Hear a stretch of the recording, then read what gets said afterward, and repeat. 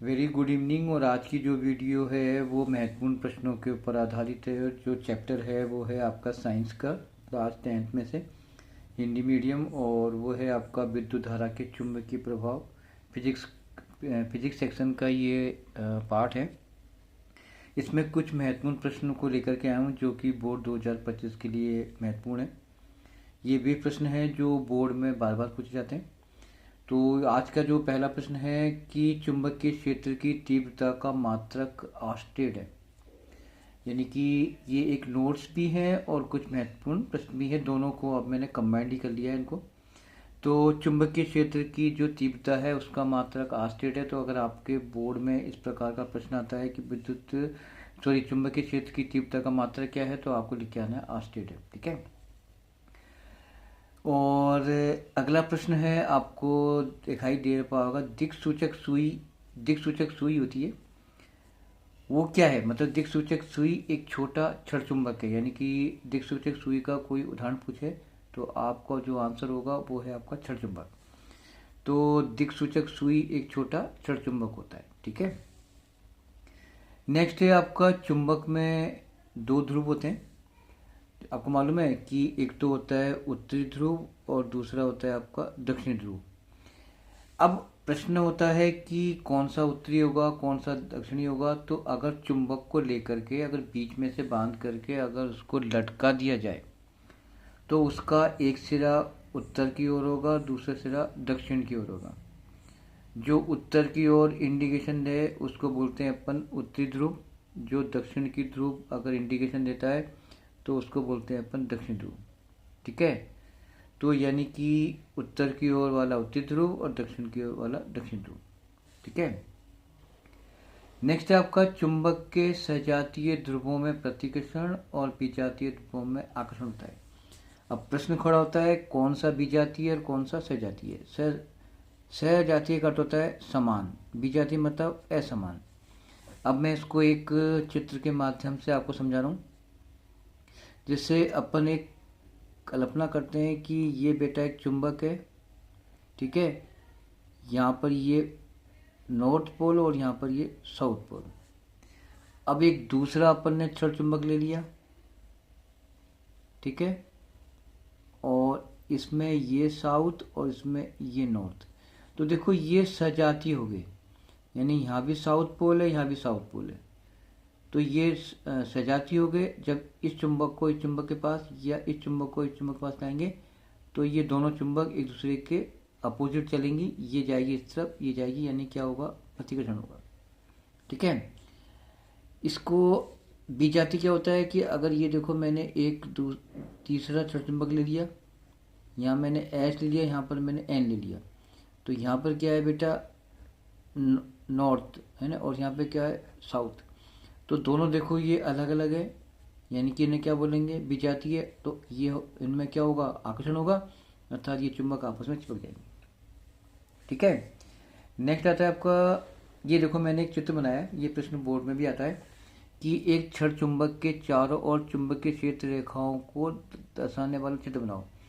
तो कभी भी ऐसा अगर प्रश्न आता है तो आप एक आयताकार शेप में एक चुंबक बना लेना। यहाँ पर नॉर्थ रख देना, यहाँ पर साउथ रख देना। यहाँ से ये चुंबकीय क्षेत्र रेखाएं निकल रही हैं, जो मैंने आपको ब्लैक इंक से आपको शो किया है। इनको बोलते हैं चुंबकीय क्षेत्र रेखाएं। क्या बोलते हैं इनको? इनको बोला जाता है चुंबकीय क्षेत्र रेखाएं। ठीक है। अब इनकी विशेषता क्या होती है, किनकी चुंबकीय क्षेत्र रेखाओं की? ये हमेशा उत्तरी ध्रुव से निकलती हैं और दक्षिण ध्रुव पे जाकर के विलीन होती हैं। उत्तर से निकलेंगी, दक्षिण में विलीन होंगी, उत्तर से निकलेंगी और दक्षिण में जाकर विलीन होती हैं। ठीक है। इसमें और क्या विशेषता है, ये जो जो चुंबकीय क्षेत्र रेखाएं ये बंद वक्राकार होती हैं। बंद वक्राकार यानी अंडे की शेप में होती है, ना कि गोलाकार में। इसमें देखो यहाँ पर ध्रुवों पर चुंबक यानी कि चुंबक को चिपकाने की प्रवृत्ति ज़्यादा होती है। ठीक है। तो इसी के ऊपर मैंने 4-5 प्रश्न बनाए बोर्ड के लिए। वो कौन कौन से हैं देखते हैं।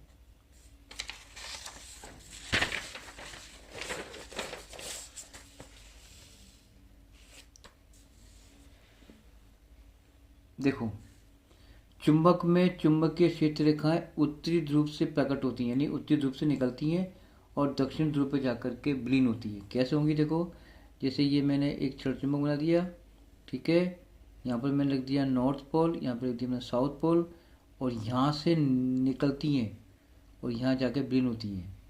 अब यहाँ से भी निकलेंगी और जाके विलीन कहाँ पे होंगी, साउथ में। तो ये मैंने इस प्रकार से इनको शो कर देंगे। ये चुंबक है तो इनकी जो डायरेक्शन है वो बेटा ऐसे होगी, यानी कहाँ से होगी, उत्तर से दक्षिण की ओर।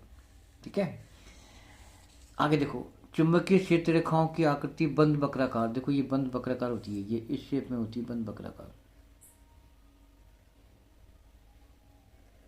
ये छोटा चुंबक हो गया। ठीक है, नेक्स्ट, परिनालिका का उपयोग विद्युत चुंबक बनाने किया जाता है। परिनालिका क्या होती है, परिनालिका अगर किसी विद्युत तांबे के तारों को अगर बेलनाकार आकृति में लपेट दें तो क्या कहलाएगी, परिनालिका।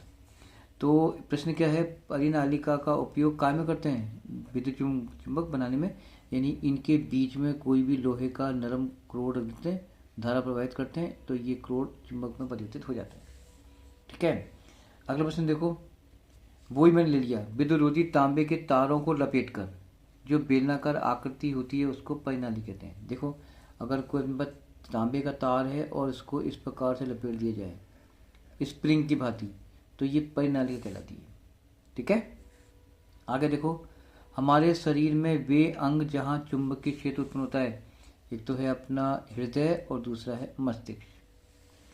अब आता है MRI का पूरा नाम क्या है। M से मतलब होता है मैग्नेटिक, R से मतलब रेजिडेंसी और I से मतलब इमेजिंग, ये इसका फुल फॉर्म है। ठीक है, अगला प्रश्न देखते हैं।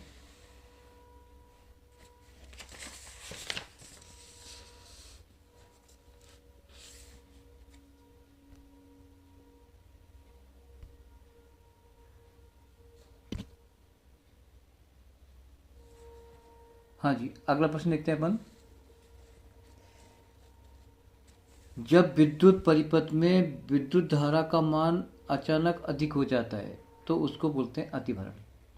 जैसे आपको मालूम है कि हमारे जो घरों में जो विद्युत आती है वो 5 एम्पीयर की होती है और 220 वोल्ट की होती है।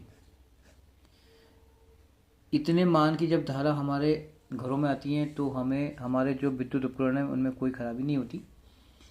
लेकिन प्रश्न क्या है, जब विद्युत परिपथ में विद्युत धारा का मान अचानक अधिक हो जाता है, यानी 220 से ज़्यादा हो जाए, तो उसको अपन अतिभारण बोलते हैं। ठीक है, सही है। अगर देखो, जब परिपथ में धनात्मक तार यानी कि प्लस वाला तार और माइनस का दोनों आपस में मिल जाते हैं, ठीक है, तो उसको बोलते हैं लघुपथन। यानी एक तार प्लस का हो, ठीक है, और एक तार का हो बेटा माइनस का, जब ये आपस में मिल जाएंगे तो वो उसे बोलते हैं लघुपथन, यानी शॉर्ट सर्किट हो जाता है। ठीक है, नेक्स्ट देखो, विद्युत परिपथों और उपकरणों को सामान्यतः सुरक्षा के उपाय क्या क्या हैं। एक तो फ्यूज होता है, तो अगर धारा मान अधिक आती है या फिर लघुपतन होता है तो उस कंडीशन में फ्यूज जल करके हट जाता है। तो एक तो है आपका फ्यूज और दूसरा है अर्थिंग यानी भूसंपर्क तार, जो काम आता है हमारे जो विद्युत उपकरण होते हैं जो लोहे के बने होते हैं उनके लिए सुरक्षा के लिए काम आता है, मानव से सेफ रहता है। हो गया, तो विद्युत परिपथों एवं उपकरणों को समानांतर सुरक्षा उपाय में यानी फ्यूज और भूसंपर्क तार में हमेशा उपयोग में लिया जाता है। ठीक है, नेक्स्ट है, भारत देश में प्रत्यावर्ती धारा की आवृत्ति होती है 50 हर्ट्ज। 50 हर्ट्ज बोलते हैं इसको बोलते हैं 50 हर्ट्ज। ठीक है, आज का लास्ट प्रश्न है, परिनालिका में विद्युत धारा की उपस्थिति को गैल्वेनोमीटर के द्वारा समझा सकते हैं कि भाई इसमें धारा बह रही कि नहीं बह रही। तो गैल्वेनोमीटर है उसका काम क्या है, विद्युत धारा को मापना कि किस ओर से किस ओर जा रही है। धन्यवाद।